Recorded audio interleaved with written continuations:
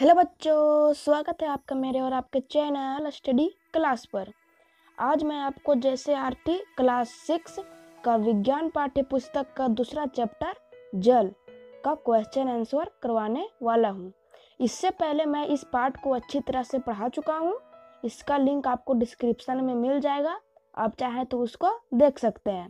चलिए शुरू करते हैं। चलिए बच्चों, पहला प्रश्न है, सही विकल्प पर सही का निशान लगाएं। चलिए पहला है, निम्नांकित में कौन बादल बनने में भाग लेता है। बादल बनने में कौन भाग लेता है? वाष्प भी भाग लेता है और संघनन भी भाग लेता है। तो यहाँ होगा वाष्पन के बाद संघनन, ये है आंसर। और दूसरा है, निम्नांकित में कौन बाढ़ से संबंधित नहीं है। जान माल की क्षति, मिट्टी का अपरदन, बीमारियों का कम होना, पेयजल को दूषित होना। तो बच्चों, बीमारियों का कम होना। बाढ़ आएगा तो बीमारी कम कैसे होगा, और ज्यादा ना होगा, है सो सही आंसर। आगे है, रिक्त स्थानों की पूर्ति कीजिए। पहला है, जल को वाष्प में परिवर्तित करने के प्रक्रम को क्या कहते हैं? वाष्पन कहते हैं।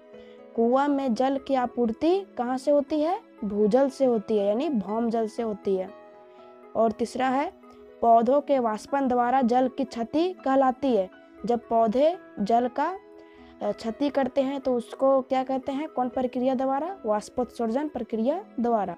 चलिए बच्चों, प्रश्न नंबर 3 में है, ऐसे क्रियाकलापों को लिखिए जिसमें एक बाल्टी पानी से अधिक की आवश्यकता होती है।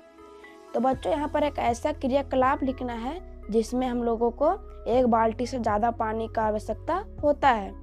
चलिए उत्तर है, नहाना, कपड़े धोना, घर साफ करना, पौधों में पानी देना आदि ऐसे क्रियाकलाप हैं जिनमें एक बाल्टी पानी से अधिक की आवश्यकता होती है। चलिए प्रश्न नंबर 4 में है, जल चक्र का चित्र बनाइए। बच्चों, आप लोग ये वाला चित्र बना लीजिएगा। चलिए प्रश्न नंबर 5 में है, सूखा क्या है? सूखा ग्रसित क्षेत्रों में रहने वाले लोगों को किस तरह की परेशानियों का सामना करना पड़ता है? चलिए उत्तर है, जब ज़्यादा दिनों तक बारिश ना हो, वायुमंडल गर्म हो जाता है, जिसके कारण नदी, तालाब, झरना आदि सूखने लगते हैं, जिसे हम लोग सुखाड़ कहते हैं। इसी को हम लोग सूखा कहते हैं। और सूखे की स्थिति में खाद्यान्न और चारा भी प्राप्त करना मुश्किल हो जाता है, यानी दुर्लभ हो जाता है। चलिए प्रश्न नंबर 6 में है, चश्मों के लेंस साफ करने के लिए लोग उस पर फूंक मारते हैं, इससे लेंस भीग जाता है। ऐसा क्यों होता है, समझाइए। बच्चों, जब चश्मों का जो शीशा होता है उस पे लोग फूंक मारते हैं तो वो लेंस भीगता है, ऐसा क्यों? चलिए उत्तर है, जब हम लेंस पर फूंक मारते हैं तो हमारी सांसों के साथ जल भी वाष्प के रूप में चश्मे पर लग जाता है, जिससे इसे साफ करने में हमें आसानी होती है, इसीलिए हम लोग उस पर फूंक मारते हैं। चलिए प्रश्न नंबर 7 में है, बादल कैसे बनते हैं? चलिए उत्तर है, जैसे जैसे वायु ऊपर उठती जाती है ठंडी होती जाती है। कुछ दूर ऊंचाई पर वायु इतनी ठंडी हो जाती है कि इसमें उपस्थित जलवाष्प संघनित होकर छोटी छोटी जल की बूंदे में परिवर्तित हो जाती है, जिन्हें हम लोग जलकणिका कहते हैं। यह जलकणिका वायु में तैरती रहती है, जो हमें बादल के रूप में दिखाई देती है, और इसी से बादल बनता है। तो बच्चों, इसका कहने का मतलब है, जैसे जैसे हम लोग ऊपर जाएंगे वायु ठंडा होता जाएगा, तो इधर से जो जलवाष्प गया, मतलब जल का जो भाप गया, वो उतना ऊपर जाएगा तो वो ठंडा हो जाएगा। ठंडा हो जाएगा तो वो जो भाप है वो छोटी छोटी जल की बूंदा में परिवर्तित हो जाएगा, जिन्हें हम लोग जलकणिका कहते हैं। और वही बूंदे इधर से उधर तैरते रहती है, जिन्हें हम लोग बादल कहते हैं। अगर अभी भी आप लोगों को समझ में नहीं आया होगा बच्चों, तो आप लोग को मैं कह रहा हूँ कि नीचे डिस्क्रिप्शन में पहली वीडियो का लिंक मिल जाएगा, उसमें मैं सभी पॉइंट को अच्छी तरीका से पढ़ा चुका हूँ। चलिए प्रश्न नंबर 8 में है, एक जल की ठंडी बोतल रेफ्रिजरेटर से निकालिए, यानी फ्रिज से निकालिए, और इसे मेज पर रखिए, यानी टेबल पर रखिए। कुछ समय पश्चात आप इसके चारों ओर जल की छोटी छोटी बूंदें देखेंगे, ऐसा क्यों होता है?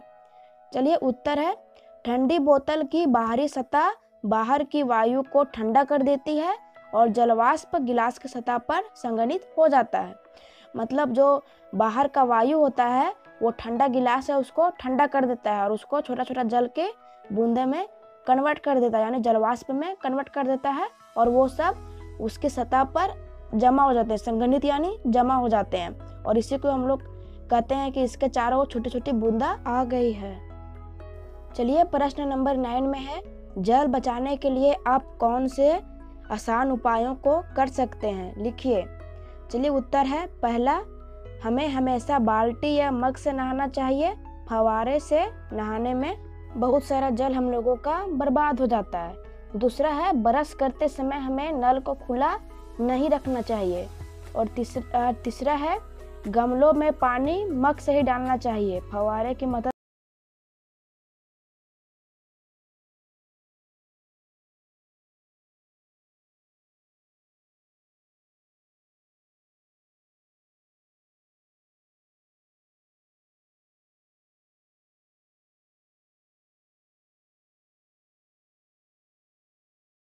है। पानी पीना सबके लिए आवश्यक है। यह हमें कैसे लाभ पहुंचाता है? चलिए उत्तर है, हमारे शरीर का 65% भाग पानी से बना है। यह हमारे शरीर में रक्त के साथ साथ लीवर और शरीर को भी ठंडा रखता है, जिससे हमारे शरीर का तापमान नियंत्रित रहता है। चलिए यहाँ पर हम लोगों का चैप्टर हो चुका है कंप्लीट। इसके आगे का पार्ट भी मैं इसी तरह पढ़ाऊँगा, इसीलिए तो मैं कह रहा हूँ कि मेरे चैनल को सब्सक्राइब कर लें। और सब्सक्राइब करने से आपका फ़ायदा यह होगा कि जब मेरा अगला वीडियो आएगा, यानी अगला पार्ट का वीडियो आएगा, तो आप लोग सबसे पहले देख पाएंगे। और सब्सक्राइब करने से आपका 1 रुपया भी नहीं लगेगा, इसीलिए कर दें। चलिए बच्चों, आप लोग अगला वीडियो का इंतज़ार करें। तब तक के लिए बाय बाय, थैंक यू।